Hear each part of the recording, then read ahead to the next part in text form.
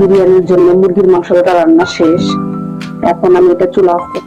বেশ অনেকদিন থেকে বাচ্চাদেরকে বাসায় কোনো বিরিয়ানি করে খাওয়ানো হয় না।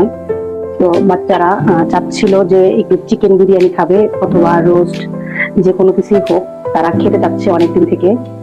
তো আমি ওরকম সময় বের করতে পারছি না, আর যার জন্য আমি রান্না করে খাওয়াইতে পারতেছি না।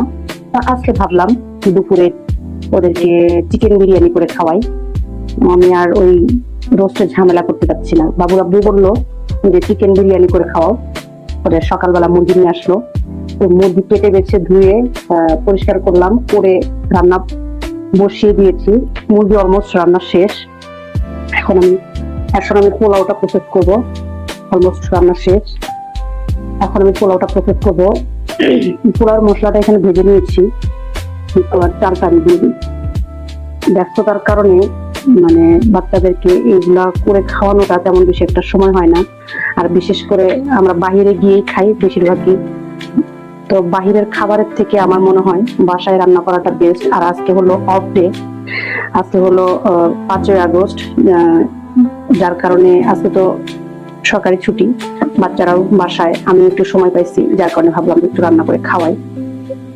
এই জন্যই আজকে রান্না করার প্রস্তুতি নিয়েছি। এই তো আজকে বিরিয়ানিটা করি, আর রান্না শেষ হলে আমি আপনাদের সাথে শেয়ার করবো যে আসলে রান্নাটা কেমন হয়েছে। যদিও বা অত এক্সপার্ট না আমি রান্নায়, তবুও বিরিয়ানির জন্য মুরগির মাংসটা রান্না শেষ।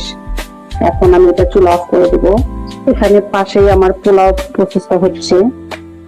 তো আমি হয়তো বা অত বেশি এক্সপার্ট না, সবার মতো অত বেশি সুন্দর করে রান্না করতে পারিনি, তবে যতটুকু পারি এনাফ, আমার কাছে মনে হয় এটাই এনাফ, এতটুকু। এখানে আমি মাংসটা ঢেলে দিয়েছি। এখন খুব বেশি না, 5-7 মিনিট হয়ে গেলেই হয়ে যাবে। পরিমাণ মতো পানি দিয়েছি, আর একটু পানি লাগবে, তবে এই পানিটুকু একটু টেনে নিই, তারপরে আমি আর একটু পানি দিব।